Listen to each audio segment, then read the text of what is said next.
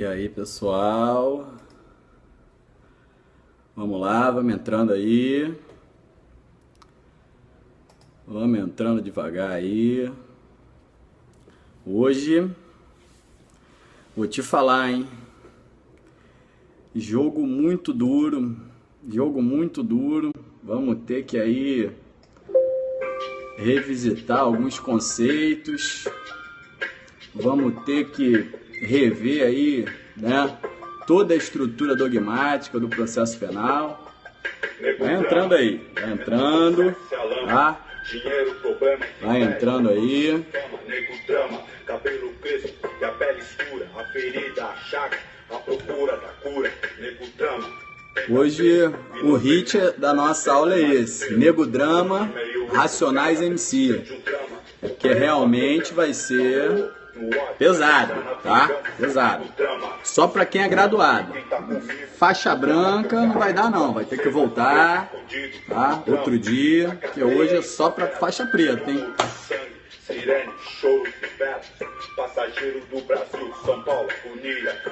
A regra você já sabe como é que é, né? Nosso jogo é pesado, nosso jogo é duro. Você entra aí, senta o dedo aí nesse coração, né? Vai chamando aí os seus amigos pra gente poder aprender processo penal de maneira gratuita. E aí, Carlos Alvarenga, grande amigo aí, grande amigo. Carlos Alvarenga foi meu aluno, delegado de polícia hoje, né? Passou aí em vários concursos, né? Muito legal aí, grande Carlos Alvarenga. Laene Cavalcante, Goiás, legal, bacana. Tem uma amiga minha, tem uma aluna de coaching lá de Goiás, né? Tá jogando pesado. Essa hora deve ter parado as metas para poder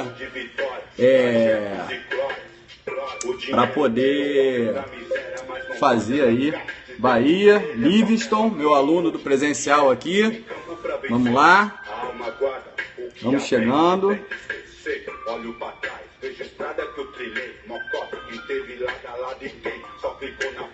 Vamos lá.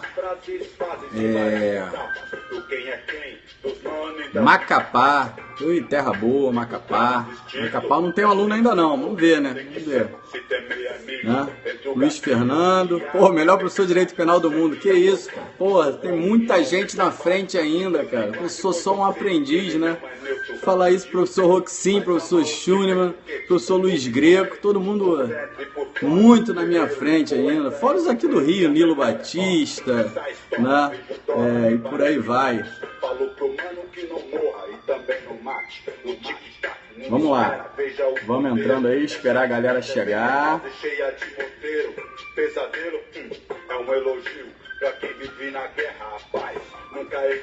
Lembrando que hoje a gente vai trabalhar o processo penal, né? Nosso tema de hoje é sistemas processuais penais. Na primeira aula de processo penal a gente trabalhou a teoria do garantismo penal, trabalhamos a doutrina do professor Luiz Ferraioli, né? E hoje a gente vai entrar num ponto que é um jogo muito importante, né? Que é o estudo dos sistemas processuais penais. A gente vai trabalhar o objeto, o conteúdo do processo penal e vai estudar a evolução desses sistemas, que eu acho muito importante para você compreender, para você traçar uma compreensão dogmática mais concisa do processo penal e começar a questionar, né?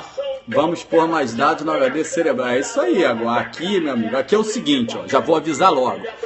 Não é para iniciante, tá? Não é para iniciante e não é para quem quer ficar limitado. Aqui é para o cara que quer realmente um aprofundamento, o cara que quer procurar entender. Aqui ninguém é dono da verdade.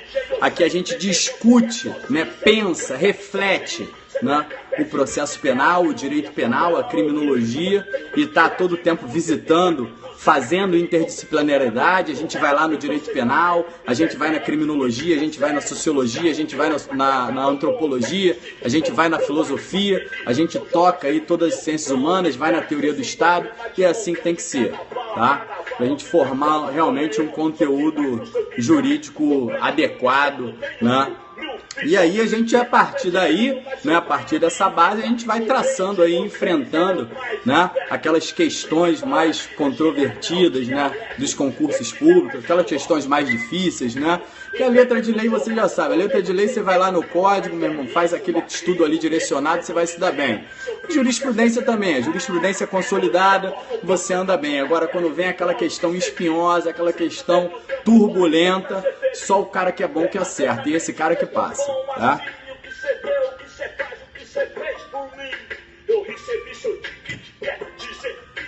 Vamos lá então, galera, vamos começar, né? Vamos começar. Já deu aqui a nossa hora, né, das apresentações, certo? Vamos agora então começar aqui na parte que nos interessa, certo? Vamos lá? Então tá. Vamos lá, pessoal. Para quem não me conhece ainda, vou me apresentar, né? Meu nome é Carlos Eduardo Rangel, eu sou aqui do Rio de Janeiro, né? Sou delegado de Polícia Civil do Estado do Rio de Janeiro e também sou professor de Direito Penal, de Processo Penal, de Criminologia, de Sociologia Jurídica, tá? Sou doutorando em Direito pela Universidade de Buenos Aires. Bom, para a gente começar a falar desse tema, sistemas processuais penais, a primeira pergunta que a gente tem que fazer é o seguinte: olha só, professor, por que eu vou estudar sistema processual penal? Qual é a importância de eu estudar um sistema processual penal? Qual é a importância de eu conhecer os diferentes sistemas processuais? O primeiro motivo da gente ter que estudar os sistemas processuais e revisitar os sistemas processuais é o seguinte: primeiro, eu tenho que reconhecer a autonomia do processo penal. Por quê? Porque nesse primeiro momento é importante a gente esclarecer que eu tenho que olhar para o processo penal enquanto ramo autônomo das ciências jurídicas, né? E eu digo isso porque há tempos se fala numa chamada teoria geral do processo. E em nome dessa teoria geral do processo, o que a gente vivencia? A gente vivencia uma transposição indiscriminada de elementos do processo civil para o processo penal. De modo que você acaba provocando o quê? Deformidades conceituais no processo penal que acabam de desfigurá-lo como sistema penal sólido, como sistema penal coerente. Só para vocês terem um exemplo. Por exemplo, quando a gente trata lá das condições da ação, vamos lá para o processo civil, falar um pouquinho de processo civil. A gente também transita um pouco alguns temas aí do processo civil com o perdão aí dos meus amigos, né, do meu amigo professor Gustavo Nogueira, que é mestre em processo civil, né? Mas a gente vai ter que falar do processo civil, vamos falar das condições da ação. Quando vocês aprenderam lá, né, olha aí, entrou na área agora aí, ó, segue esse cara, hein, meu irmão, meu professor Marcos Montes. Você é o melhor professor de Direito pelo Livingston, falou aí que eu sou o melhor professor de Direito Penal do Brasil. Não sou, posso até ser o segundo, porque o primeiro tá aí, entrou agora. Professor Marcos Montes é um estudioso, é um entusiasta, né? A gente conversa demais, a gente trabalha inclusive na mesma unidade, troca muita ideia, tem vários projetos juntos e realmente é um cara a ser copiado, é um cara a ser seguido, né? Tem as aulas dele de graça no canal dele do YouTube, tem aula dele de graça lá no Liceu Ace, www.liceuace.com.br. Tem agora módulos dele a R$ 9,90, a R$ 19,90, módulos completos. Então você não precisa mais torrar o seu dinheiro, né, com cursinho de venda de esperança, de promessa milagrosa. Vai lá, assiste as aulas de graça do Marcos Montes, né? Depois se graduou nas aulas de graça dele, vai lá, compra o módulo dele, R$ 9,90, R$ 24,90, 2 chopps, um chopp que você deixa de tomar, vai lá, você vai ter aquele direcionamento aprofundado. Bom, então retomando aqui, né, o que a gente estava falando, em termos de unidade sistêmica, vamos falar um pouco de processo civil, a gente vai lá para as condições da ação do processo civil. E a doutrina tradicional lá do processo civil vai falar o que? Olha, as condições da ação no processo civil são legitimidade, interesse de agir. E aí, pessoal? Vamos lá, vamos entrando aí. Vamos entrando devagar aí. Hoje vou te falar, hein? Jogo muito duro. Vamos ter que aí revisitar alguns conceitos. Vamos ter que rever aí, né, toda a estrutura dogmática do processo penal. Vai entrando aí, vai entrando, tá? Vai entrando aí. Cabelo crespo e a pele escura, a ferida, a chaga, a procura da cura, nego drama. Hoje o hit da nossa aula é esse, Nego Drama, Racionais MC, que realmente vai ser pesado, tá? Pesado. Só para quem é graduado. Faixa branca não vai dar não, vai ter que voltar, tá? Outro dia, que hoje é só para faixa preta, hein? Sirene, choro, passageiro do Brasil, São Paulo, a regra você já sabe como é que é, né? Nosso jogo é pesado, nosso jogo é duro. Você entra aí, senta o dedo aí nesse coração, né? Vai chamando aí os seus amigos pra gente poder aprender processo penal de maneira gratuita. E aí, Carlos Alvarenga, grande amigo aí, grande amigo. Carlos Alvarenga foi meu aluno. Delegado de polícia hoje, né? Passou aí em vários concursos, né? Muito legal aí. Grande Carlos Alvarenga. Laene Cavalcante, Goiás, legal, bacana. Tem uma amiga minha, tem uma aluna de coaching lá de Goiás, né? Tá jogando pesado. Essa hora deve ter parado as metas para poder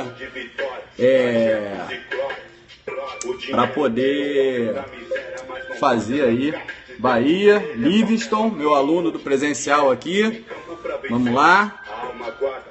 Vamos chegando.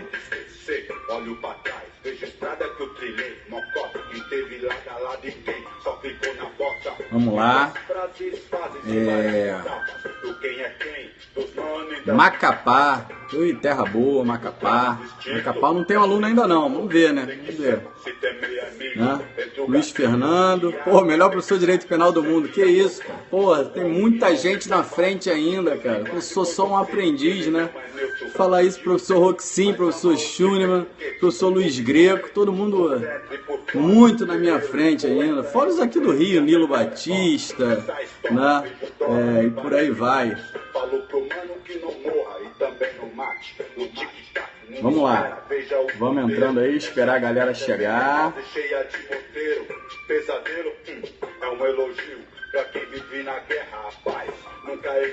Lembrando que hoje a gente vai trabalhar o processo penal, né? Nosso tema de hoje é sistemas processuais penais. Na primeira aula de processo penal a gente trabalhou a teoria do garantismo penal, trabalhamos a doutrina do professor Luiz Ferraioli, né? E hoje a gente vai entrar num ponto que eu julgo muito importante, né? Que é o estudo dos sistemas processuais penais. A gente vai trabalhar o objeto, o conteúdo do processo penal e vai estudar a evolução desses sistemas, que eu acho muito importante para você compreender, para você traçar uma compreensão dogmática mais concisa do processo penal e começar a questionar, né? Vamos pôr mais dados no HD cerebral. É isso aí, agora aqui, meu amigo, aqui é o seguinte, ó, já vou avisar logo. Não é para iniciante, tá? Não é para iniciante e não é para quem quer ficar limitado. Aqui é para o cara que quer realmente um aprofundamento, o cara que quer procurar entender. Aqui ninguém é dono da verdade. Aqui a gente discute, né? Pensa, reflete, né? O processo penal, o direito penal, a criminologia e está todo o tempo visitando, fazendo interdisciplinaridade. A gente vai lá no direito penal, a gente vai na criminologia, a gente vai na sociologia, a gente vai na antropologia, a gente vai na filosofia, a gente toca aí todas as ciências humanas, vai na teoria do Estado, e é assim que tem que ser, tá? Pra gente formar realmente um conteúdo jurídico adequado, né? E aí a gente, a partir daí, né, a partir dessa base, a gente vai traçando aí, enfrentando, né, aquelas questões mais controvertidas, né, dos concursos públicos, aquelas questões mais difíceis, né, que a letra de lei você já sabe, a letra de lei você vai lá no código, meu irmão, faz aquele estudo ali direcionado, você vai se dar bem. Jurisprudência também, a jurisprudência consolidada, você anda bem. Agora, quando vem aquela questão espinhosa, aquela questão turbulenta, só o cara que é bom que acerta, e esse cara que passa, tá?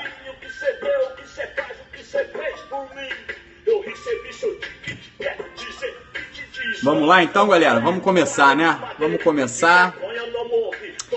Já deu aqui a nossa hora, né, das apresentações, certo? Vamos agora então começar aqui na parte que nos interessa, certo? Vamos lá? Então tá. Vamos lá, pessoal. Para quem não me conhece ainda, vou me apresentar, né? Meu nome é Carlos Eduardo Rangel, eu sou aqui do Rio de Janeiro, né? Sou delegado de Polícia Civil do Estado do Rio de Janeiro e também sou professor de Direito Penal, de Processo Penal, de Criminologia, de Sociologia Jurídica, tá? Sou doutorando em Direito pela Universidade de Buenos Aires. Bom, para a gente começar a falar desse tema, sistemas processuais penais, a primeira pergunta que a gente tem que fazer é o seguinte: olha só, professor, por que eu vou estudar sistema processual penal? Qual é a importância de eu estudar um sistema processual penal? Qual é a importância de eu conhecer os diferentes sistemas processuais? O primeiro motivo da gente ter que estudar os sistemas processuais e revisitar os sistemas processuais é o seguinte: primeiro, eu tenho que reconhecer a autonomia do processo penal. Por quê? Porque nesse primeiro momento é importante a gente esclarecer que eu tenho que olhar para o processo penal enquanto ramo autônomo das ciências jurídicas, né? E eu digo isso porque há tempos se fala numa chamada teoria geral do processo. E em nome dessa teoria geral do processo, o que a gente vivencia? A gente vivencia uma transposição indiscriminada de elementos do processo civil para o processo penal. De modo que você acaba provocando deformidades conceituais no processo penal que acabam de desfigurá-lo como sistema penal sólido, como sistema penal coerente. Só para vocês terem um exemplo. Por exemplo, quando a gente trata lá das condições da ação, vamos lá para o processo civil, falar um pouquinho de processo civil. A gente também transita um pouco alguns temas aí do processo civil com o perdão aí dos meus amigos, né, do meu amigo professor Gustavo Nogueira, que é mestre em processo civil, né? Mas a gente vai ter que falar do processo civil, vamos falar das condições da ação. Quando vocês aprenderam lá, né? Olha aí, entrou na área agora aí, ó. Segue esse cara, hein, meu irmão. Meu professor. Professor Marcos Montes. Você é o melhor professor de Direito pelo Livingston falou aí que eu sou o melhor professor de Direito Penal do Brasil. Não sou, não. Posso até ser o segundo, porque o primeiro tá aí, entrou agora. Professor Marcos Montes é um estudioso, é um entusiasta, né? A gente conversa demais, a gente trabalha inclusive na mesma unidade, troca muita ideia, tem vários projetos juntos e realmente é um cara a ser copiado, é um cara a ser seguido, né? Tem as aulas dele de graça no canal dele do YouTube, tem aula dele de graça lá no Liceu Ace, www.liceuace.com.br.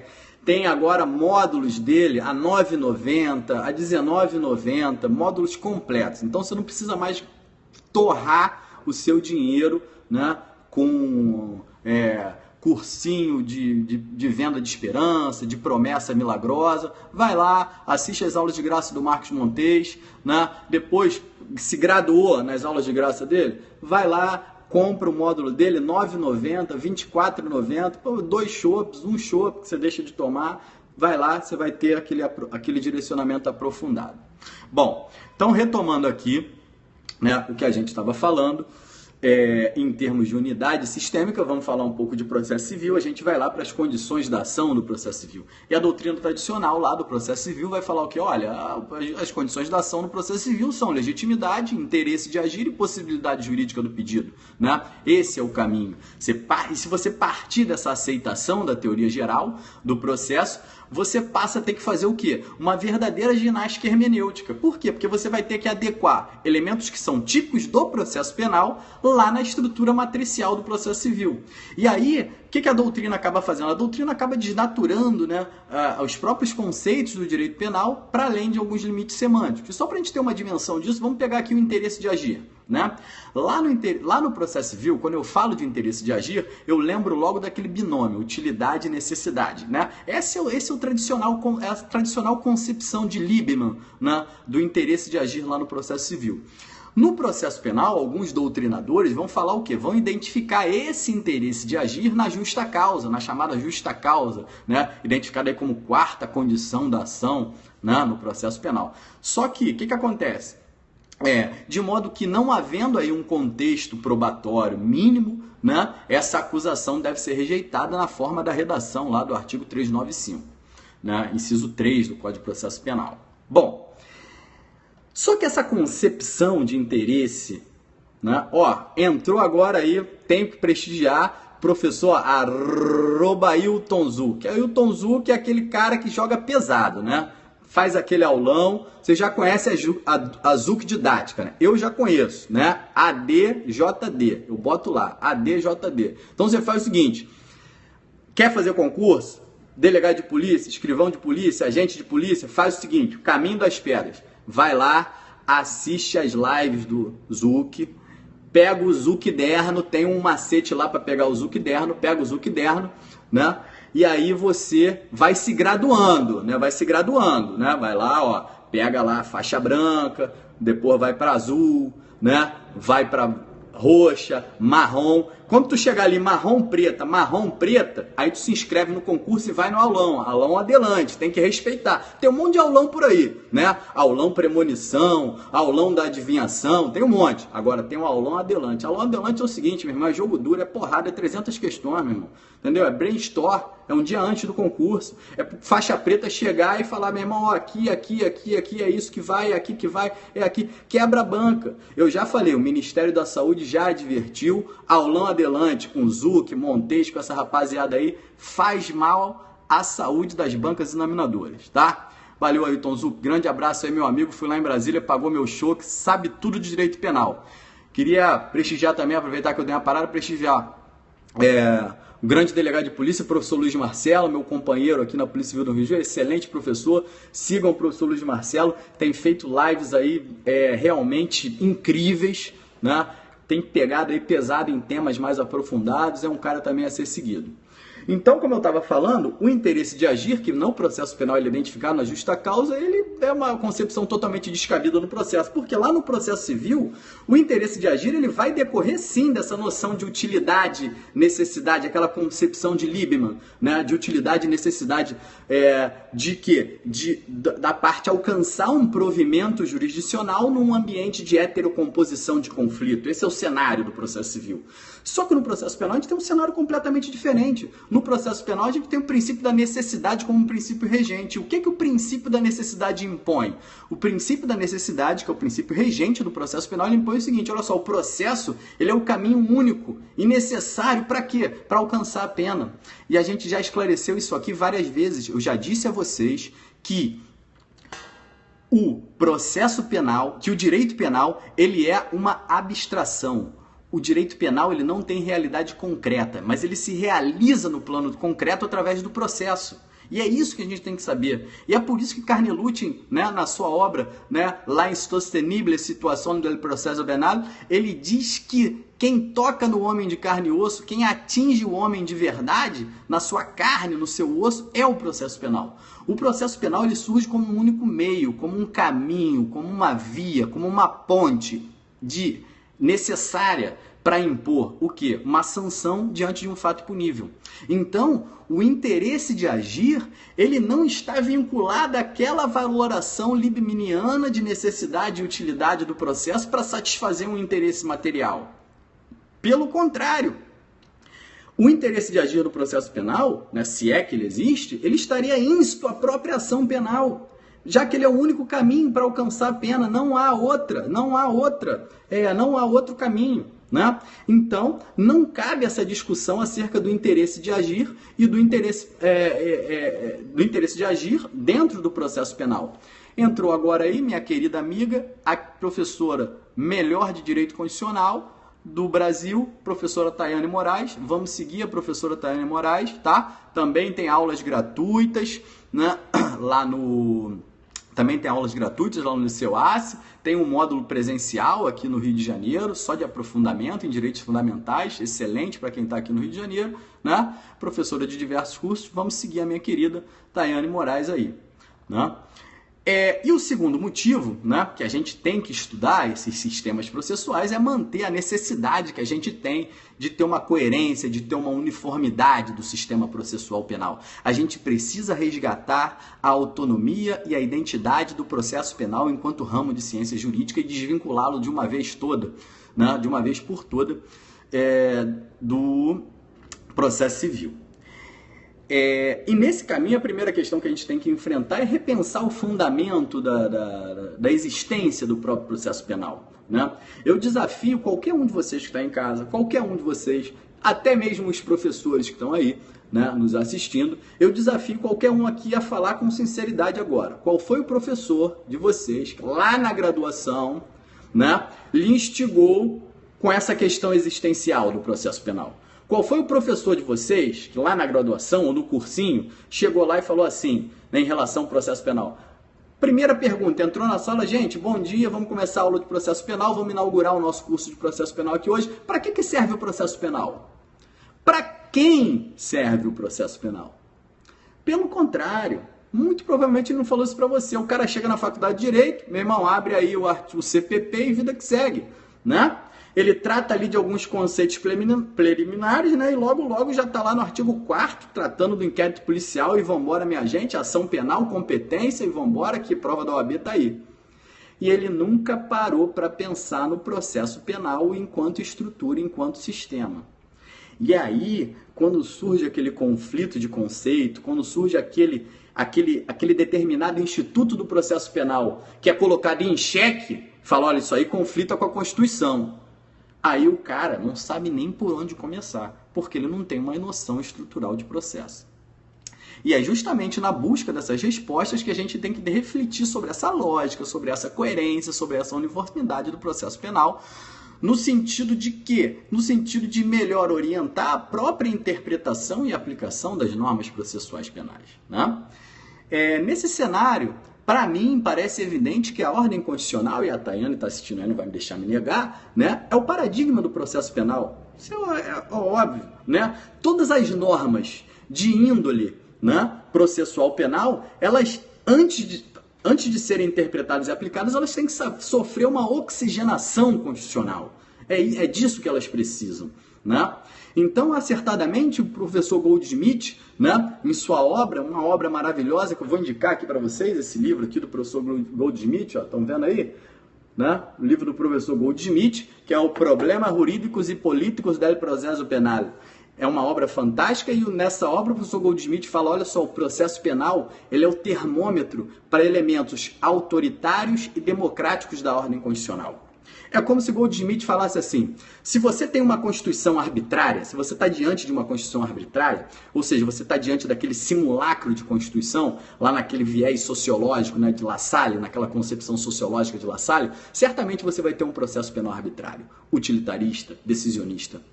Agora, se por outro lado você tem uma Constituição democrática, você vai ter um processo penal democrático, você vai estar diante de um processo enquanto momento de respeito a regras, de respeito às garantias. Então, eu passo a perceber, enquanto sistema, que o processo penal, né, instrumentalizado, aí, que instrumentaliza o direito penal naquela tríade que a gente já trabalhou, fato punível, processo e pena, né, e esse caminho, né, que constitui o processo, essa ponte, né, do fato punível até a aplicação da pena, ele é construído através de normas, né? Regras, princípios, através de normas. E todo esse arcabouço legislativo, ele retira o seu fundamento de validade aonde? Da própria Constituição, né? Segundo aquela teoria chamada de teoria do escalonamento jurídico, né? Numa concepção aí kelseniana de Constituição, as normas processuais elas têm que estar legitimadas pelo seu fundamento constitucional.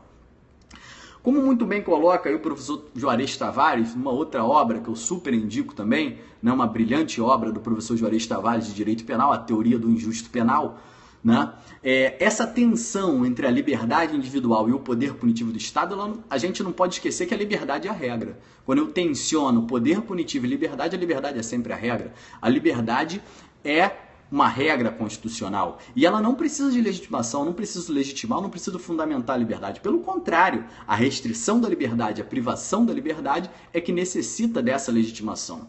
Ou seja, o poder punitivo do Estado, que é quem intervém na liberdade constitucional, é ele que precisa ser legitimado. E nesse momento eu tenho que olhar para o processo penal e refletir. Bom, eu tenho um Código de Processo Penal de 1941, de uma inspiração claramente fascista, cópia do Código Rocco italiano, né? E uma Constituição lá de 88, que inaugura ou pretendeu inaugurar, se predispôs a inaugurar uma ordem democrática. E é essa democraticidade constitucional que deve inspirar o processo penal, e não o contrário. Ou seja, a minha interpretação do sistema processual penal, ela tem que ser prospectiva, como muito bem acentua o meu grande amigo professor Rubens Casara, né? Ou seja, eu devo fazer uma releitura de todo o arcabouço processual sob a luz da Constituição Federal, e não ao contrário, né? Então, concluindo aqui essa introdução à aula, né, eu tenho que falar para vocês que é importante a gente conhecer a estrutura dos sistemas processuais por dois motivos. O primeiro, já coloquei lá, resumindo, o reconhecimento da autonomia do processo penal, né? A gente tem que abandonar aquela ideia clássica que existe uma teoria geral do processo, né, e que porque essa teoria geral do processo significa que eu estou fazendo o quê? Uma transposição indiscriminada de conceitos do processo civil para o processo penal e eu estou desfigurando elementos típicos do processo penal. E é nessa linha que a gente vai trabalhar. E o segundo motivo é a necessidade de coerência, de uniformidade do sistema que decorre desse reconhecimento do processo penal enquanto autônomo e independente. O que nós precisamos aqui é superar essa crise na teoria das fontes, né? Eu tenho que dimensionar o processo penal sob a égide da democraticidade constitucional. É isso que eu preciso fazer. Ou seja, eu tenho que entender de uma vez por todas que o processo penal, enquanto caminho único, enquanto via única, necessária entre o fato punível e a pena, ele tem regras e essas regras retiram o seu fundamento de validade da matriz constitucional. Então, partindo dessa premissa, eu tenho que decidir de uma vez por todas, nós temos que decidir de uma vez por todas qual o processo penal que a gente quer. Eu quero o processo penal como uma máquina de punir ou eu quero o processo penal enquanto momento de respeito às garantias, né? É a partir desses pontos que a gente tem que partir. Então, começando aí o estudo dos sistemas processuais penais, eu vou dividir essa exposição em dois momentos muito importantes, tá? Num primeiro momento, eu vou delimitar o objeto do processo penal. E num segundo momento, eu vou começar a entender os sistemas processuais penais após a delimitação do processo penal. E nesses dois processos, né, nesses dois momentos distintos, a gente vai tentar desconstituir aí alguns mitos, né? Um mito do sistema único, um mito do inquérito policial, um mito da verdade. A gente vai desconstruir alguns mitos. Então vamos lá. Bom, em relação ao objeto do processo penal, professor, o que é o objeto do processo penal? Ora, o objeto do processo penal nada mais é do que o conjunto dos seus elementos integrativos. É isso que é o objeto, é isso que se resume o estudo do objeto do processo penal. E aí, baseado lá naquela teoria geral do processo, o primeiro mito que passamos a enfrentar é o seguinte: será que existe uma lide penal? Por quê? Porque a estrutura do processo civil, naquela linha processo, ação, jurisdição, ele trabalha com o conceito de lide. Então, se eu afirmar que existe uma teoria geral do processo, se existe a lide lá no processo civil, processo, ação, jurisdição, eu tenho que me perguntar aqui, vem cá, existe uma lide penal? E essa lide penal, aliás, essa lide lá do processo civil, ela parte da seguinte ideia, da contraposição de interesses, né?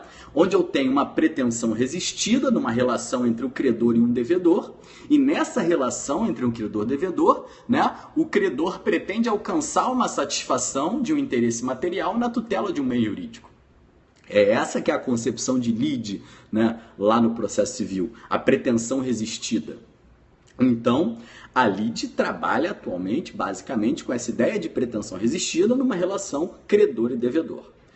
Pegou essa ideia de lide lá do processo penal, então se eu admitir que existe uma teoria geral, eu vou levar essa concepção para o processo penal, e é isso que a doutrina clássica começou a fazer, né?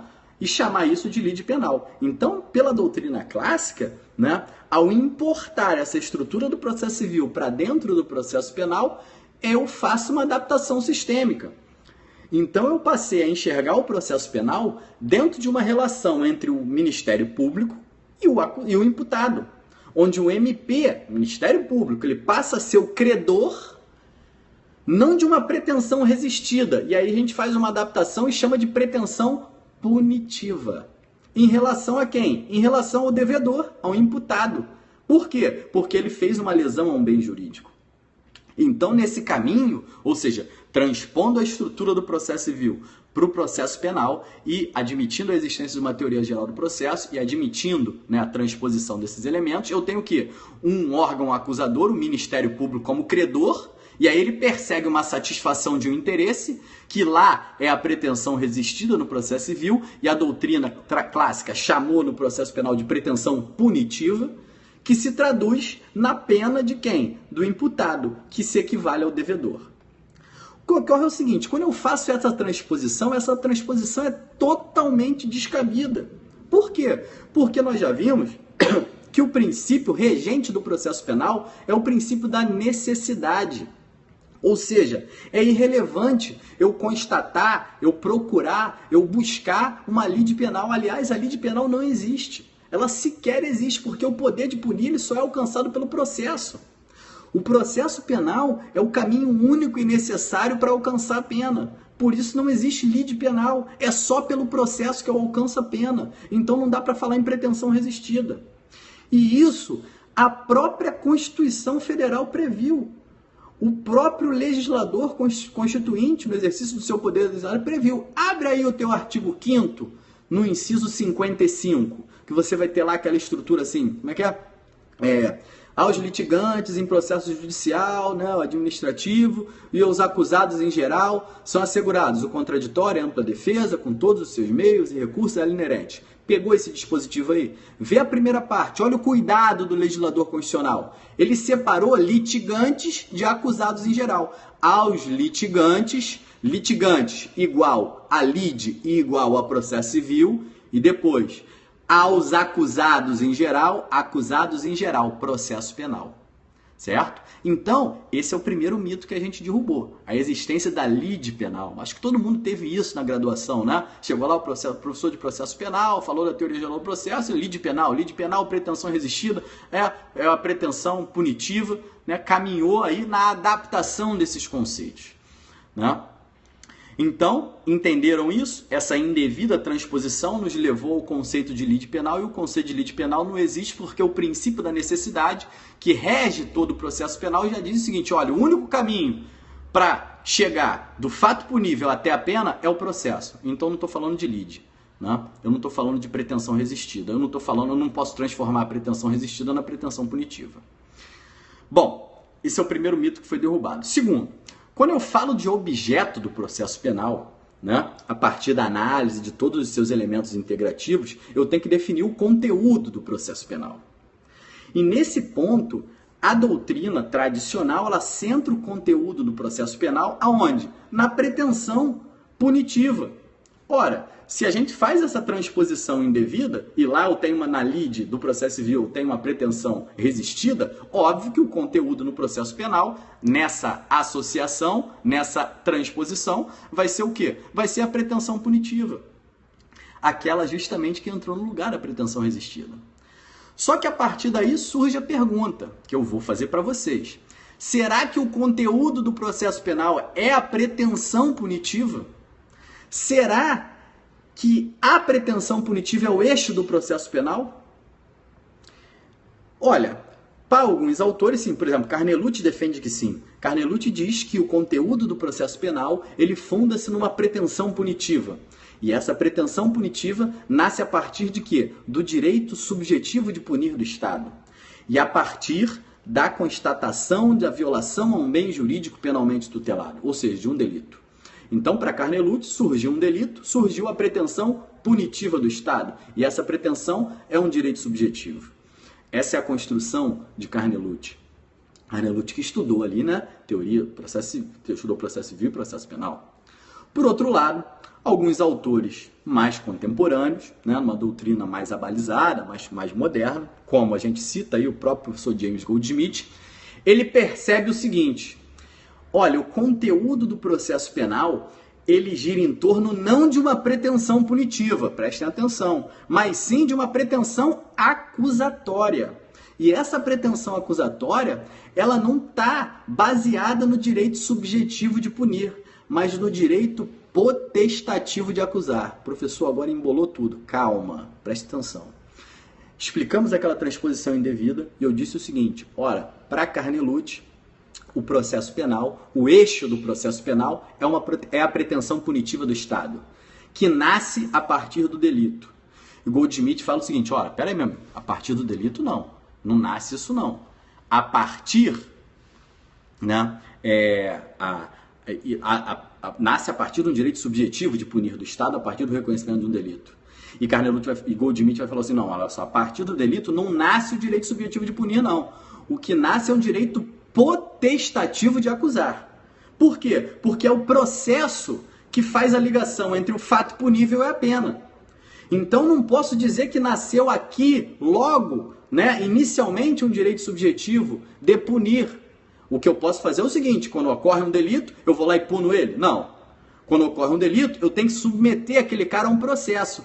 E essa submissão, essa potestade, né, que se traduz no conteúdo contemporâneo do processo penal, que é a pretensão acusatória e não a pretensão punitiva. E aí, mais uma vez eu pergunto a vocês, o que move o processo penal? O processo penal, por acaso, nasce de algum conflito de interesses lastreado na pretensão punitiva? Ou o processo penal nasce do poder-dever de acusar, lastreado na pretensão acusatória? Viu como é que ficou diferente? Então, se você responder para mim que o processo penal nasce de um conflito de interesses com base num direito subjetivo de punir do Estado, você está resgatando o conceito de lide, lá do processo civil. Certo? Agora, o poder de punir do Estado, enquanto direito subjetivo, ele existe, professor? Claro que ele existe. Só que ele não nasce no momento do delito. Ele nasce no final do processo, a partir da sentença. No momento em que eu reconheço a viabilidade da pretensão acusatória. Então, olha para mim. O processo como um caminho.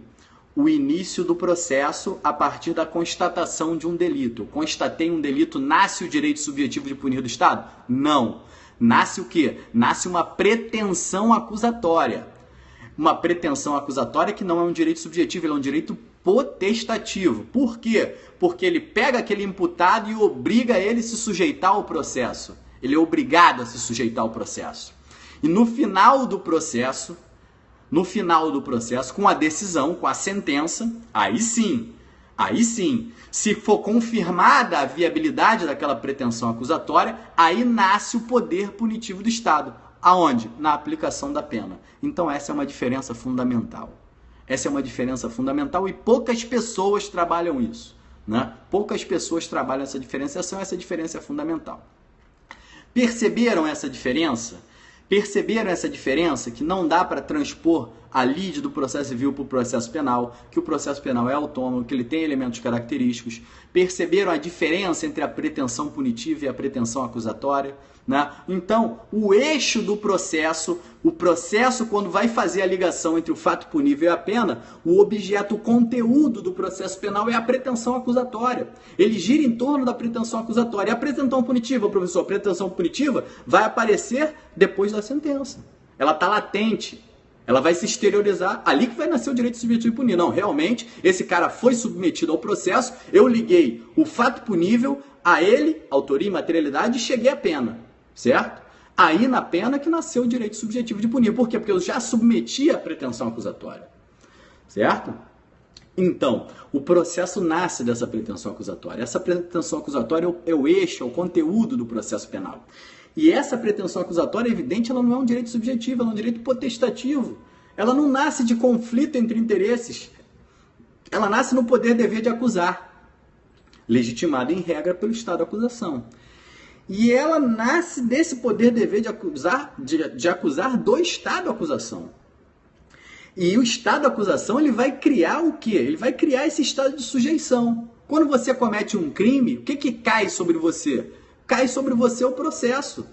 Ou seja, o Estado coercitivamente te impõe ao processo.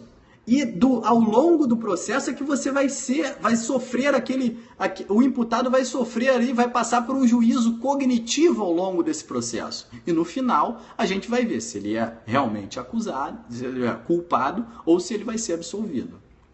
Então, é somente a partir dessa compreensão estrutural do processo que eu posso definir a pretensão acusatória como conteúdo do processo penal. E a partir daí, eu posso definir os seus elementos integrativos, que compõem o próprio objeto de estudo do processo penal. E eles são 3. Tá? Os elementos, os elementos que compõem o objeto do processo são 3. São elementos subjetivos, elemento objetivo e a chamada declaração de petitória. Esse último elemento do processo, declaração petitória, é extraído aí da doutrina italiana do professor Jaime Guaspi, que tem uma obra maravilhosa sobre o processo penal contemporâneo. né? Então, obviamente, hoje, pelo conteúdo, pelo tempo que a gente tem, a gente não vai entrar no estudo desses elementos, mas isso demandaria até uma outra aula. Mas tão somente para uma compreensão dogmática de vocês, eu vou apenas ilustrar quais são esses elementos, tá? O elemento subjetivo, né, enquanto objeto do processo penal, seriam os sujeitos processuais, o estado de acusação, o estado de juízo, o ofendido, o imputado e por aí vai. O elemento objetivo do processo, né, o objeto do processo, é o chamado caso penal. Professor, o que é caso penal? O processo penal, vocês conhecem ele como fumus commissi delicti, né? Ou seja, é o fato punível, né? E aí a gente vai ter uma divergência que a gente não vai entrar aqui, se esse caso penal comporta tão somente os fatos e as circunstâncias, ou se ele comporta também a classificação jurídica, e nisso a gente vai chegar num importante conflito entre o artigo 41, né, que fala da denúncia, e os institutos de emendatio, mutatio libelli. A gente vai deixar para falar isso mais à frente, quando estudar a ação penal, tá? Mas o elemento objetivo é esse, é o caso penal, chamado caso penal, né? E o terceiro elemento é esse elemento extraído da doutrina de Jaime Guasque, que é a declaração petitória. O que é a declaração petitória? A declaração petitória é a invocação do órgão jurisdicional a partir da descrição de um fato punível imputado a alguém. Ora, eu tenho um fato punível, eu tenho elementos de indício e materialidade para perfectibilizar esse fato punível. E aí, né, a gente invoca, né, faz a invocação do órgão jurisdicional. E é isso que o Jaime Guasque chama de declaração petitória, e é desse elemento declaração petitória que vai nascer o conceito de quê? O conceito de ação penal. Se a gente for, né, na doutrina de Eduardo Couture, por exemplo, professor Eduardo Couture, né, essa ação penal, o conceito de ação penal extraído da declaração petitória seria o poder jurídico, né? O poder jurídico de invocar o órgão jurisdicional, né? Esse seria, vai tomar aqui, eu vou fazer igual o Zuc, né?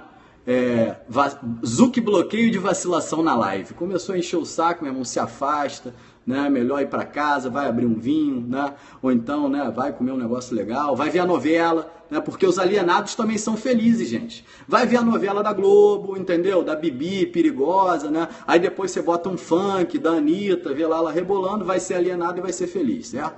Vamos voltar para a aula. Então, nessa obra do professor Couture, que é Fundamentos del Direito Processal, né, que você vai ter uma dimensão maior dessa denominação de declaração petitória com base na obra de Guasque, né? Então, isso aí, tá? Ignorância é uma forma de liberdade, talvez a melhor forma de liberdade. A ignorância seja a alienação, talvez seja a melhor forma de liberdade, né? Só não é melhor do que o cara que tá ali morando na rua, que é sem teto, esse cara aí é esquizofrênico, esse aí que tá liberto do sistema, ele tá aí com a liberdade plena, né? Mas vamos lá. Então, após eu refletir com vocês acerca dessa ideia de pretensão acusatória, eu não posso deixar de passar isso para vocês, né, de redimensionar isso na cabeça de vocês, que todo objeto do processo penal ele é baseado numa pretensão acusatória, porque isso vai me influenciar diretamente no estudo dos sistemas processuais, né? E depois de eu realocar, né, na cabeça de vocês onde é que está a pretensão punitiva e onde é que está a pretensão acusatória, de eu fazer essa separação, né, é que a gente pode ingressar aí no estudo dos sistemas processuais penais, né? E é o que a gente vai trabalhar aí a partir de agora, tá bom? Bom, a primeira questão que eu penso quando eu trabalho assim os sistemas processuais penais é a seguinte: eu imagino um tribunal na época da Inquisição, né? E aí, por exemplo, vamos tomar um exemplo clássico, um exemplo famoso, o Tribunal do Santo Ofício, né? A condenação de Galileu Galilei, queimado na fogueira pelo crime de heresia, né? A heresia de Galileu Galilei, na verdade, foi defender cientificamente o heliocentrismo, né? Onde, numa época em que se defendia o geocentrismo, ou seja, a Terra é o centro do universo, Galileu, aí pegando os estudos iniciais de Copérnico, falou: não, olha só, meu trabalho é esse aqui, científico, o Sol é o centro do universo, né? E, em razão disso, foi levado, né, ao Tribunal do Santo Ofício e foi condenado pelo crime de heresia, né?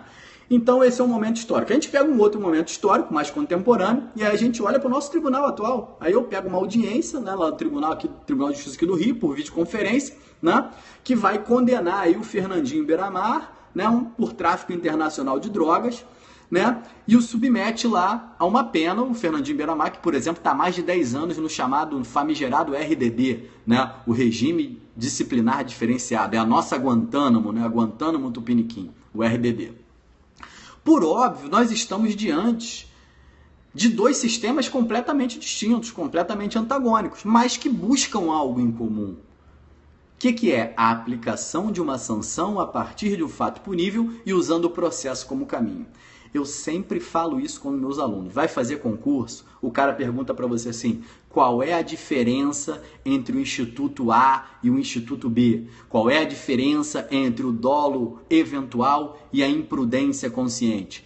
Para você responder essa questão, você sempre tem que achar o elemento comum, porque ele nunca vai te perguntar qual é a diferença entre dois institutos muito diferentes. Muito diferentes. Pode deixar, desculpa, mestre, pode deixar que no final do raciocínio a gente manda perguntas, né? E a gente vai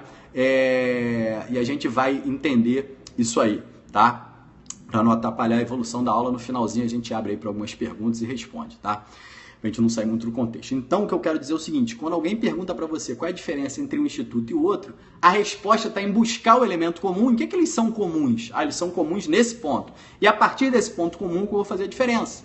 Né? Por exemplo, quando eu pego o dolo eventual e a imprudência consciente, lá no direito penal, eu sei que o elemento comum é que os dois decorrem de quê? Os dois decorrem de um efeito colateral secundário. Né? Enquanto no dolo direto eu tenho um efeito colateral primário. Eles decorrem de um efeito colateral secundário. Esse é o elemento comum e aí eu vou trabalhar, né, a partir, né, das suas divergências cada um desses conceitos. Mas é a partir desse elemento comum que eu tenho que trabalhar. Então o elemento comum entre os sistemas processuais é esse. Eu parto de um fato punível para chegar numa pena e uso o processo como caminho, o processo como meio.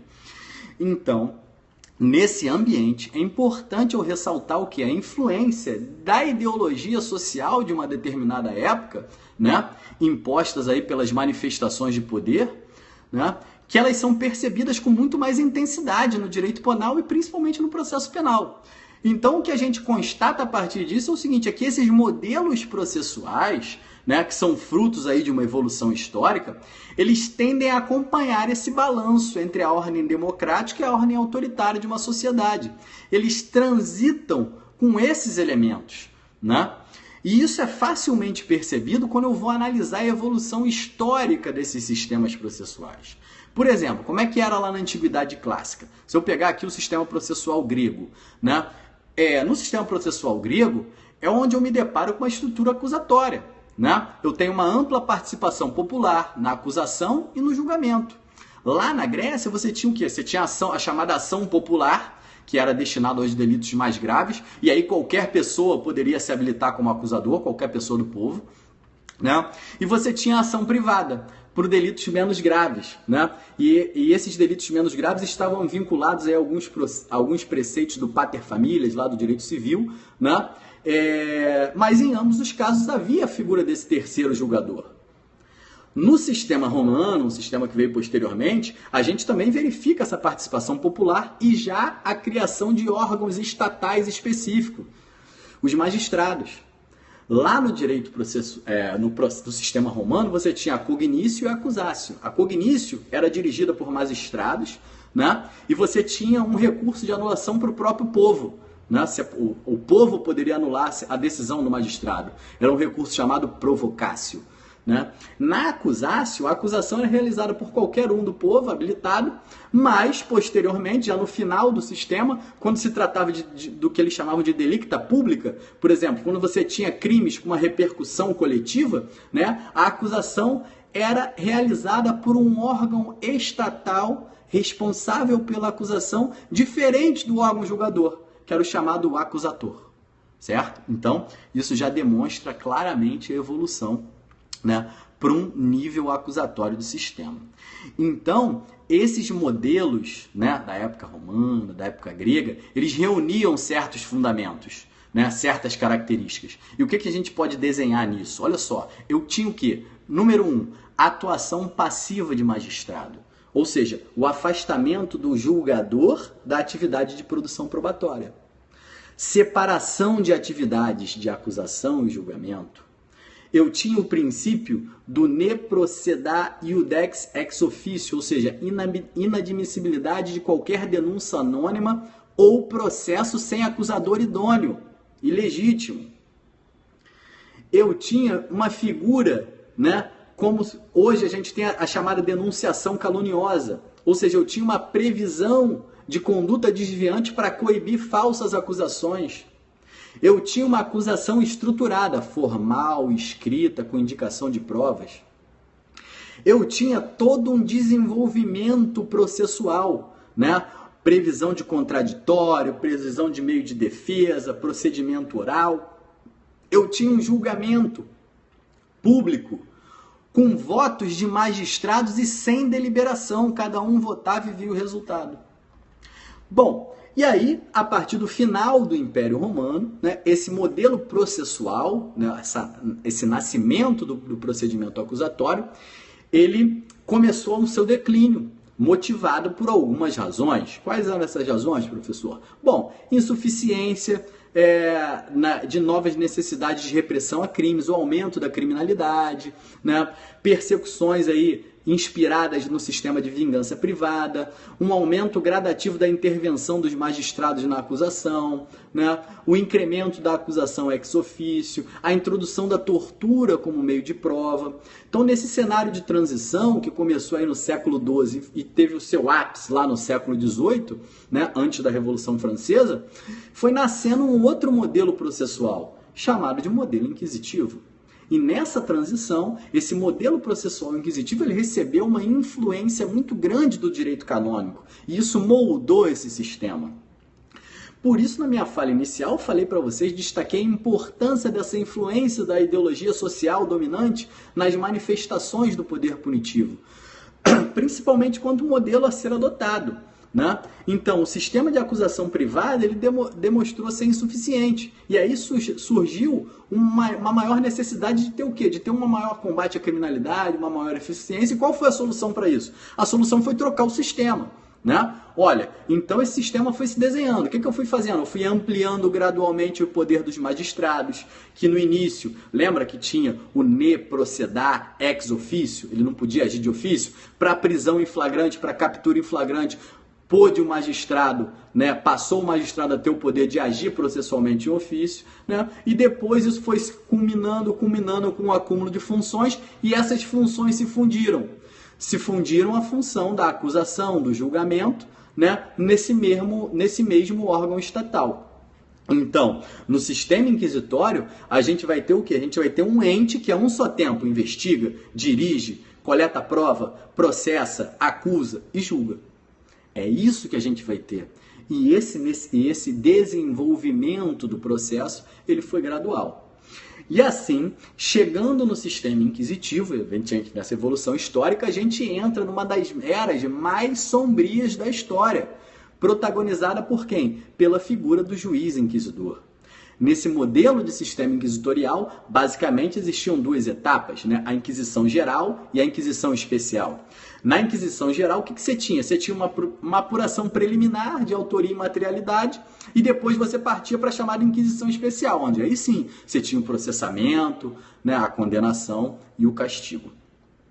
E nesse cenário, né, de evolução entre o século XVII até o final do século XVIII, a gente foi assistindo o fortalecimento desse modelo inquisitorial, com forte imposição dos dogmas aí da Igreja Católica, tanto é que os principais crimes na época, os principais fatos puníveis, eram os fatos puníveis que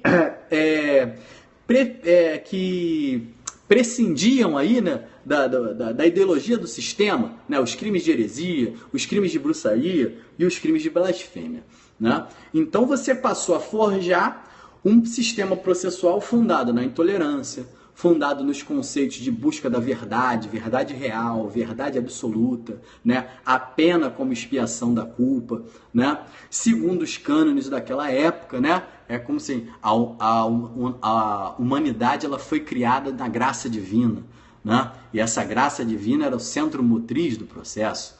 né? Então, quais eram os principais fundamentos aí desse modelo inquisitorial? Primeiro, e o mais importante, a chamada verdade absoluta. O sistema inquisitorial era centrado na busca dessa verdade absoluta, né? Segundo, a heresia, né, a oposição ao dogma católico, que foi alçado ao crime que representava um maior perigo a esse núcleo fundante do sistema religioso, né?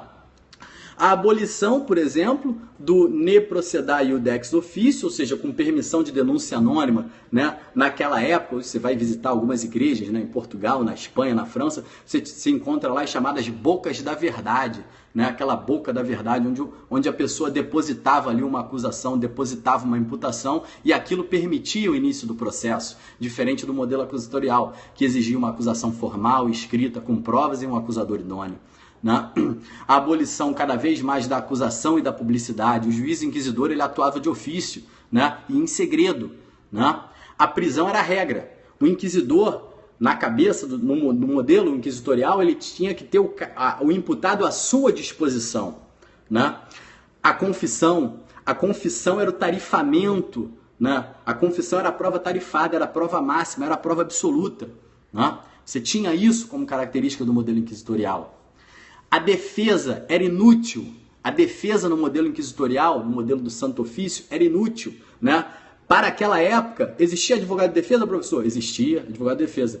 A função do advogado de defesa era fazer o acusado confessar logo e se arrepender do pecado. Sabe onde está escrito isso? No Manual dos Inquisidores, a doutrina processual dominante da época. A função do advogado era fazer o acusado confessar logo para se arrepender do pecado. A tortura era o suplício do corpo como meio de prova, né? Você tinha lá as ordalhas, né? A tortura enquanto meio de obtenção da prova, enquanto busca da verdade. Inexistência de coisa julgada era uma outra característica, né? Não era declarada absolvição no fim do processo, apenas insuficiência de provas. Ou seja, o indivíduo era acusado de heresia, por exemplo, ele era torturado, ele tinha membros decepados, e ele passava por todo aquele procedimento, ele não confessava, e aí o que acontecia? No final, ele não era declarado absolvido, né? Aquele processo ele ficava latente. Né? Aquele processo estava encerrado por insuficiência de provas. Se surgissem novas provas, aí sim começava de novo toda a ótica processual. Então a gente foi caminhando assim até o fim do século XVIII, né? Onde lá na Revolução Francesa, e a partir dos ideais iluministas e filosóficos aí, de valorização do homem, o sistema acusatório ele foi retomado. E aí a gente vai perceber, né, que atualmente, o desenho atual, o que a gente tem? Os países que têm uma linhagem democrática, eles adotam modelos acusatórios.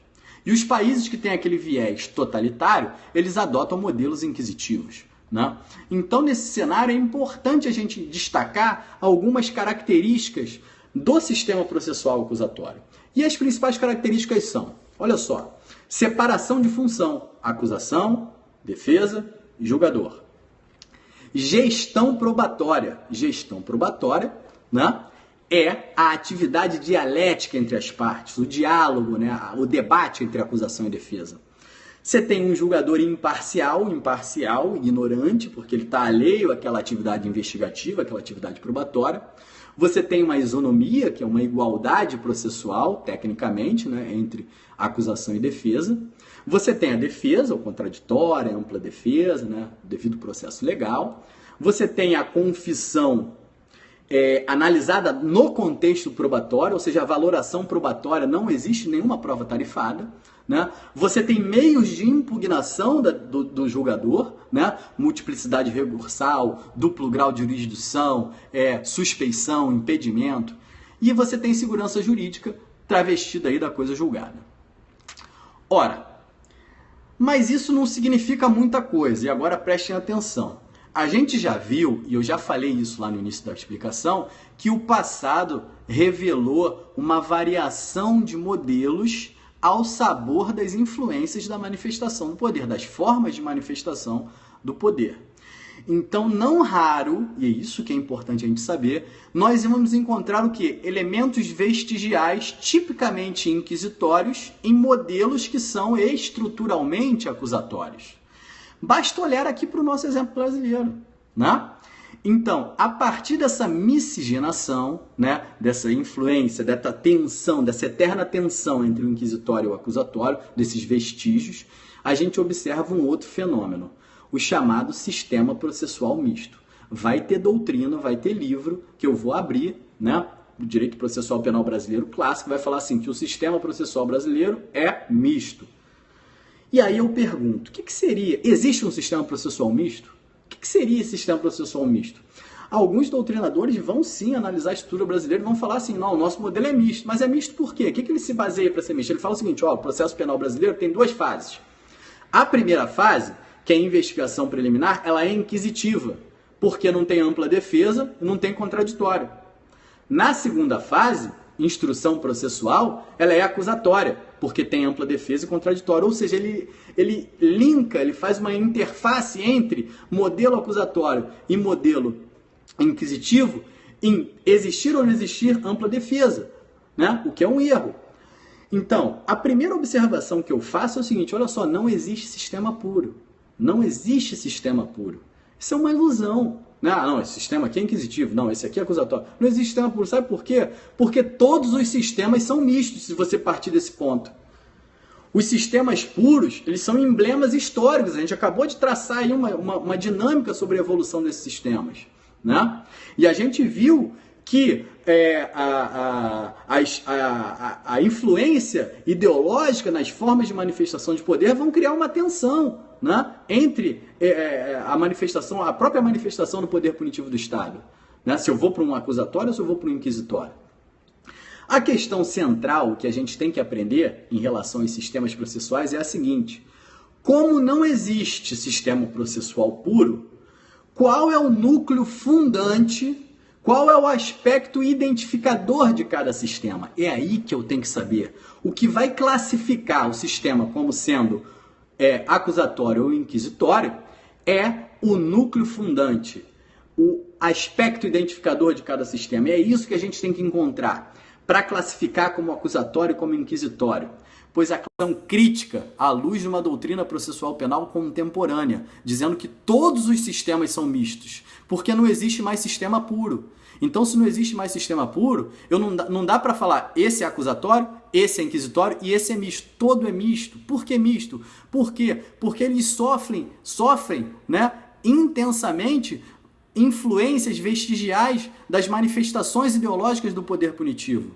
É por isso que não dá para a gente ter essa ideologia de sistema puro. Essa ideologia de sistema puro é uma característica histórica. Ele é um emblema histórico, né, que vai se refletir na atualidade. Então, o que caracteriza um sistema processual como inquisitivo ou como acusatório é a identificação do seu núcleo fundante de cada sistema. E agora para e anota o que eu vou falar.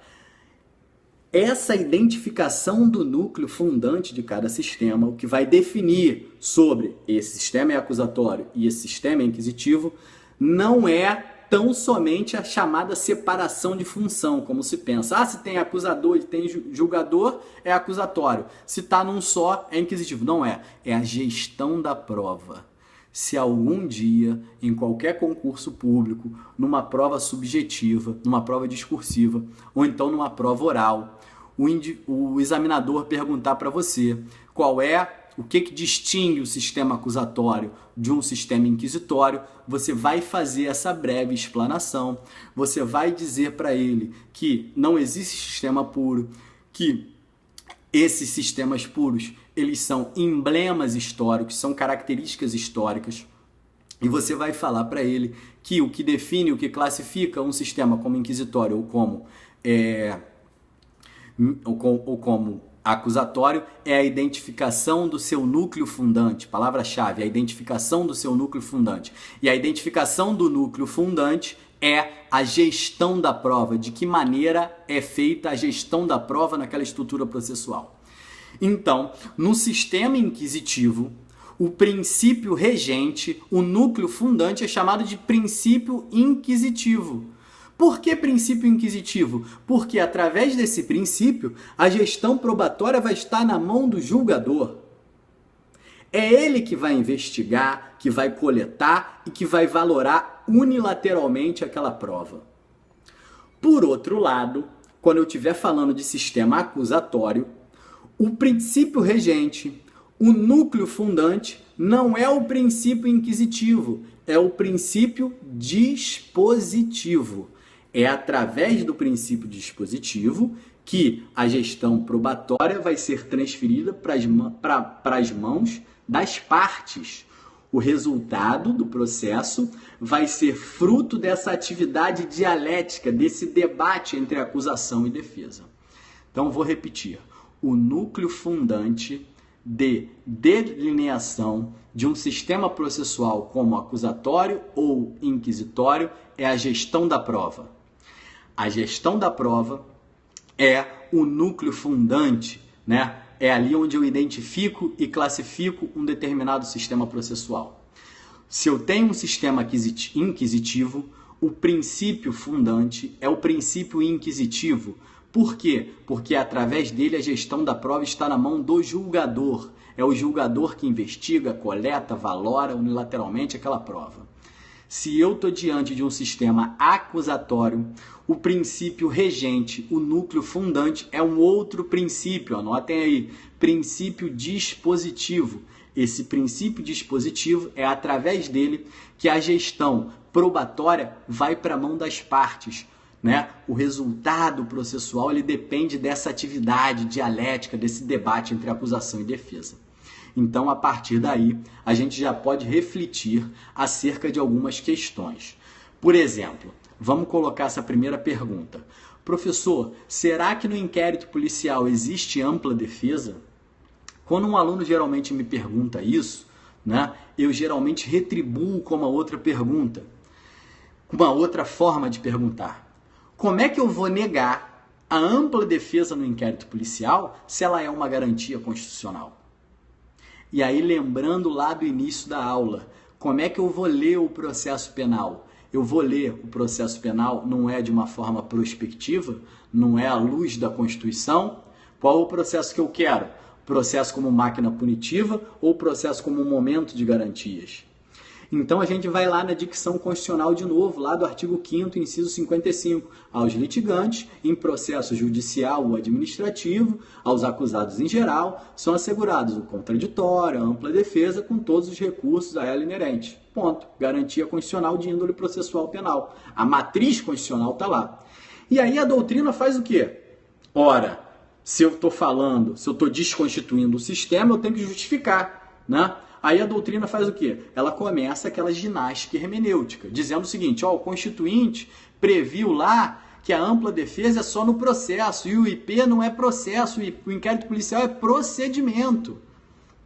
Ou mesmo falando, não, ele fala para acusados, né? E acusado, o imputado só é depois da denúncia. Só depois da denúncia que ele é acusado, então não tem ampla defesa. Essa é uma primeira linha de defesa. Agora eu vou falar para vocês, olha, eu vou restringir uma garantia constitucional baseado numa interpretação literal, um método mais pobre de interpretação, o último método que você usa na hermenêutica, que é o método literal. Aí a doutrina mais contemporânea já vai admitir que existe defesa, né, um certo tipo de defesa, né, garantia no inquérito policial, mas adverte. Ó, ela fala o seguinte, ó, olha aí, defesa cabe, mas essa defesa não é ampla. A doutrina contemporânea, alguns doutrinadores contemporâneos falam isso, né? Não, existe defesa no inquérito policial? Sim, existe defesa, mas ela não é ampla, só vai ser ampla num segundo momento, na instrução processual. Ora, mais uma vez eu vou restringir uma garantia constitucional através de uma adjetivação, diferenciando entre ampla defesa e defesa, defesa e ampla defesa, contraditório e contraditório diferido, também não dá, né? Ou seja, o que acontece é o seguinte, quando eu tenho uma desestrutura do sistema processual, né? Quando eu passo a não lê-lo à luz da Constituição, né? Eu passo a querer fazer o contrário, interpretar a Constituição a partir da minha norma processual. Então, professor, qual é a solução? Né? A solução, gente, é a mesma de sempre. Refletir, pensar, debater, né? E aí aqui, lógico que ninguém é dono da verdade, mas o que a gente não pode fazer também é sair por aí aceitando tudo como vendem como dogma pra gente. O professor chega lá, fala isso é isso, isso é isso, e essa é a minha verdade. E aí você não questiona, não trabalha de uma maneira reflexiva, de uma maneira crítica, e você acaba se embolando no futuro. Bom, a gente já discutiu aqui que o núcleo fundante de cada sistema é o que qualifica, e é isso que importa. Quanto a isso, não há dúvidas, certo? Então, não há dúvida que o processo penal brasileiro é acusatório. Ele é regido pelo princípio dispositivo.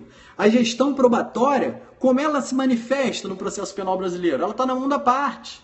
Ela está na mão das partes. Ela está na mão do juiz, o julgador, lá no final do processo, né?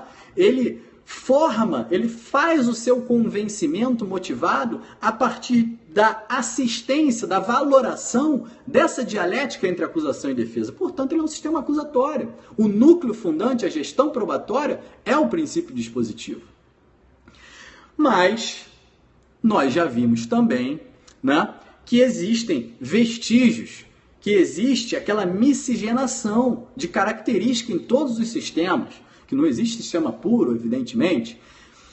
E aqui, a primeira fase do nosso processo, a chamada investigação criminal, ela obviamente tem traços inquisitoriais.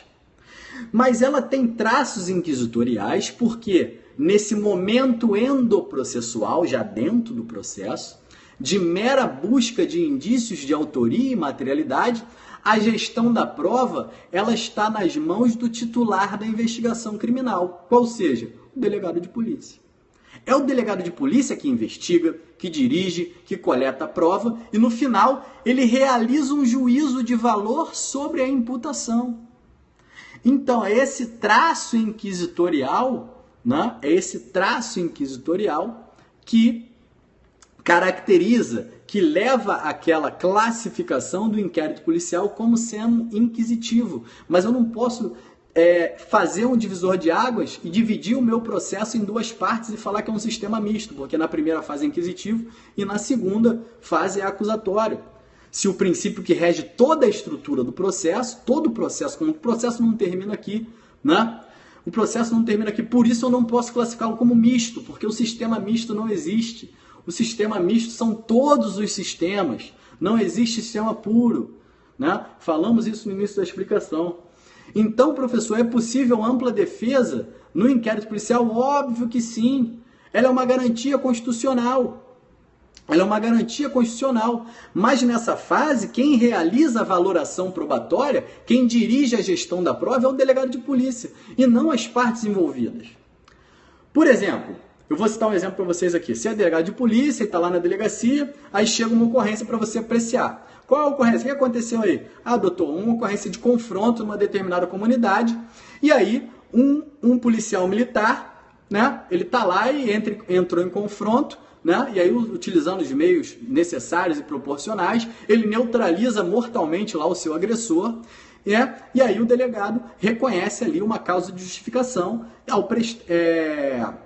reconhece a existência de uma causa de justificação, uma legítima defesa, né, na forma lá do artigo 25 do Código Penal. Quando esse policial, em sede policial, presta depoimento, ele não está realizando a sua defesa? Já que tecnicamente recai sobre ele uma imputação de homicídio, só que um homicídio justificado, ele está exercendo a sua defesa, como é que não tem defesa? Ele está ali falando, né, que ele atirou naquele cara ali, realmente ele confessa que cometeu o desvio, o homicídio, né, materialmente, mas ele fala, né, ele no decorrer da narração dos fatos, o delegado de polícia, que é quem faz o juízo de gestão da prova, ele identifica uma causa de justificação, certo? Aquilo ali não é uma forma de defesa? E no curso da investigação criminal, você está lá investigando um inquérito policial por roubo, né? Aí tem um suspeito de roubo. Aí você arruma uma fotografia no Facebook daquela pessoa. Aí chama a vítima. Foi esse cara aqui que te roubou? Olha essa foto aqui. A vítima foi ele que me roubou. Aí você identifica esse imputado, né, no bojo do inquérito policial. E aí você faz o quê? Você junta um documento, aí você chama ele e aí ele fala, não fui eu. Inclusive, nesse dia, nesse horário, eu não estava aí, tenho como provar. E aí ele junta lá um documento comprobatório, uma passagem aérea, né, o comprovante de estadia no exterior, enfim. Esse cidadão, né, esse investigado, ao realizar isso, ele não está exercendo o seu direito de defesa? E o delegado de polícia, ele não vai valorar essa prova? Claro que ele vai valorar. É evidente que ele vai valorar. Só que a gestão dessa prova não cabe às partes. A parte não tem a obrigação de contradizer uma outra, né? A gestão da prova cabe ao titular da investigação criminal e não às partes. Então, o que realmente vai identificar um sistema processual é o seu núcleo fundante, ou seja, a gestão da prova e os seus reflexos pelo princípio inquisitivo e o princípio dispositivo. Recapitulando, sistemas processuais. A doutrina tradicional vai dizer que o sistema processual brasileiro é misto. Misto por quê? Porque ele tem duas fases. A primeira fase de investigação criminal, ela é inquisitiva. E a segunda fase de instrução processual, ela é acusatória. Só que o sistema, ele é único, né? Nós vimos que não existe sistema puro. O sistema puro é uma construção histórica. Mas também não existe sistema misto, porque você tem as manifestações de poder, né? As manifestações ideológicas de poder naquela tensão entre esses dois modelos antagônicos, o modelo inquisitivo e o modelo acusatório. Então, professor, o que vai diferenciar o sistema acusatório do sistema inquisitivo? O núcleo fundante, a característica principal. Eu vou olhar para o sistema processual e vou falar, esse sistema é regido por qual princípio? Princípio inquisitivo ou princípio acusatório? Princípio inquisitivo, a gestão da prova está nas mãos do julgador. É o julgador final que vai chegar lá e vai fazer o seguinte, ele vai coletar a prova, ele vai dirigir o processo, ele vai investigar e ele vai julgar. Princípio dispositivo, eu tenho um julgador isento e a gestão probatória ela está na mão das partes. As partes é que entram numa atividade dialética, numa atividade de debate. E o julgador, ele valora essa atividade dialética e chega ao seu provimento final, certo? É assim, então, que a gente vai identificar um sistema processual, através do seu núcleo fundante. Bom, então, na aula de hoje, nós conseguimos, né, traçar aí uma dinâmica dos sistemas processuais, conseguimos discorrer sobre alguns mitos, estudamos primeiro o objeto do processo penal, o conteúdo do processo penal, e depois fizemos uma viagem histórica sobre os modelos processuais, sobre os sistemas processuais, como é que eles se manifestam, né? E depois vimos aí que realmente o que diferencia, o que vai me dar um norte, uma classificação entre o sistema acusatório e o sistema inquisitivo é a identificação do seu núcleo fundante, e esse núcleo fundante ele está a partir de princípios, no sistema inquisitório o princípio inquisitivo, no sistema acusatório o princípio dispositivo, e a identificação de um princípio ou de outro tem como elemento central a chamada gestão da prova. Se eu tenho a gestão da prova na mão do julgador, eu estou diante de um princípio inquisitivo, o reflexo do princípio inquisitivo, e isso me leva a um modelo inquisitório. Se eu estou se a gestão probatória ela é transferida às partes através do debate entre acusação e defesa, através dessa atividade dialética, evidentemente eu estou diante do princípio dispositivo e esse sistema é um sistema acusatório. É assim que a gente deve fazer a classificação correta e a classificação mais contemporânea. Bom, o que a gente tem que dizer a partir daqui, né, é que a partir dessa remodelagem dos sistemas, a partir da identificação desses sistemas, eu sempre tenho que fazer uma releitura constitucional aqui do processo penal brasileiro. E é evidente, né, juntando essa aula de hoje, né, com a aula anterior, né, do garantismo processo penal, do garantismo do professor Ferraioli, né, a gente vai dar aí os dois primeiros passos e já vai poder caminhar numa próxima aula de processo penal para o desenho constitucional do processo penal brasileiro. A gente vai poder estudar aí os princípios constitucionais do processo penal brasileiro e a gente vai ver o devido processo legal e os seus reflexos, né? A duração razoável do processo, a ampla defesa, o contraditório, né? A valoração probatória, né? Então, surgiram algumas perguntas aí, no IP existe ampla defesa, o que não existe é contraditório, não seria bem isso, né? O inquérito policial, essa primeira fase da investigação criminal, ela tem um resquício inquisitorial, né? Ou seja, a gestão da prova está na mão do julgador, não interessa, né, essa contradita, porque ele vai fazer, isso vai ficar na mão dele. Agora, lá na segunda fase, né, na instrução processual, o contraditório é obrigatório. É obrigatório porque ele faz parte da dialética entre essas partes, entendeu? Então, a diferenciação entre um sistema e outro, ela vai recair sobre a gestão da prova. E o fato de ter contraditório, não ter contraditório, é um reflexo dessa gestão. Ora, se lá no inquérito policial a gestão probatória está na mão do delegado de polícia, né, evidentemente, né, o exercício do contraditório, né, o que é o contraditório? O contraditório é a ciência da imputação e poder de reação. Isso vai estar na mão do julgador, nesse caso que é o delegado de polícia. Né? O que lá na segunda fase, como a gestão probatória está na mão da parte, então a parte obrigatoriamente tem que ter contraditório, porque ela tem que ter ciência da imputação e tem que ter poder de reação. O que não acontece na primeira fase, porque a primeira fase ela é taxada apenas sobre um juízo de probabilidade da imputação. Eu não estou trabalhando com juízo de certeza. Na próxima aula, né, quando a gente traçar aí o desenho estrutural do processo penal, a gente vai falar desse caminho, dessas fases diferentes do processo penal brasileiro, né, à luz, né, dos ensinamentos do professor Carnelucci, né, que trabalha, como eu trabalho, com juízos de valoração, né, o juízo de possibilidade, juízo de probabilidade, juízo de certeza, os marcos dos momentos processuais da marcha processual. Então, eu quero que isso fique bem claro, né, porque você vai encontrar doutrina dizendo isso. No inquérito não tem contraditório porque é inquisitivo. Calma, ele tem traço inquisitivo por conta da gestão probatória.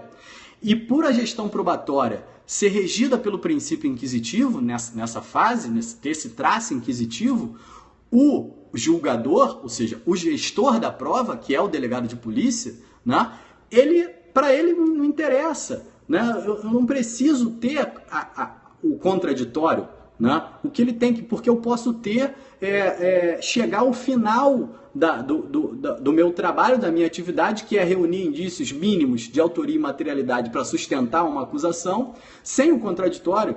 Né?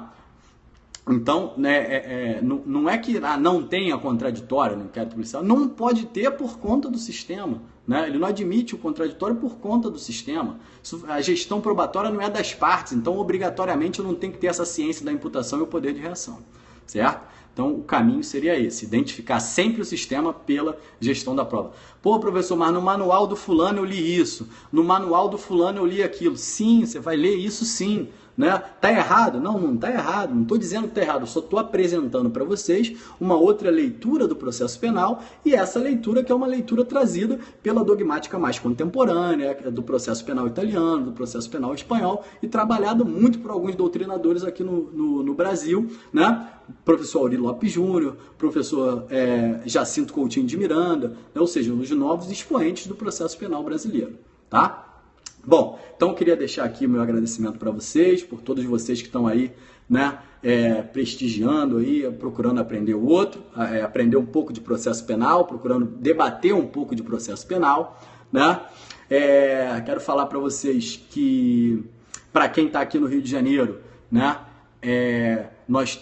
eu tenho junto com o professor Fábio Monteiro um serviço de coaching, mas ele é individualizado, ele só comporta 10 alunos, atualmente a gente tem 2, então a gente tem mais 2 vagas.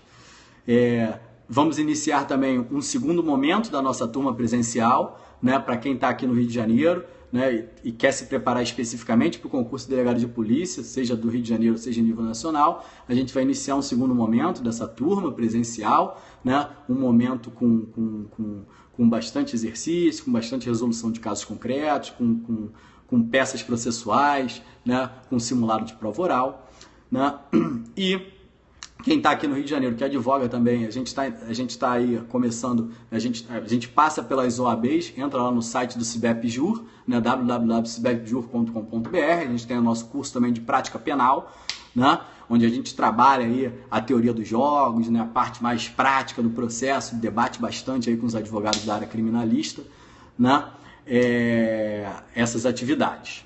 Bom, gente, de coração, um grande beijo para vocês. Até a próxima. Na nossa próxima atividade, nós vamos trabalhar o direito penal, né? Vamos sempre trabalhar isso. Primeiro direito processual penal, depois o direito penal. Então a gente vai estar sempre trabalhando, né, hora um, hora outro. Então a gente volta para o direito penal na próxima aula e depois, na sequência, no nosso próximo encontro aqui de direito processual penal, a gente vai tratar do desenho estrutural do processo penal brasileiro. Vamos falar dos princípios constitucionais do processo penal brasileiro, né? Já vocês com esse conteúdo, conhecendo a teoria do garantismo e conhecendo os sistemas processuais e o objeto do processo penal brasileiro, tá bom? Um abraço aí para vocês, beijo grande para todo mundo que acompanhou a gente agora e até a próxima, gente.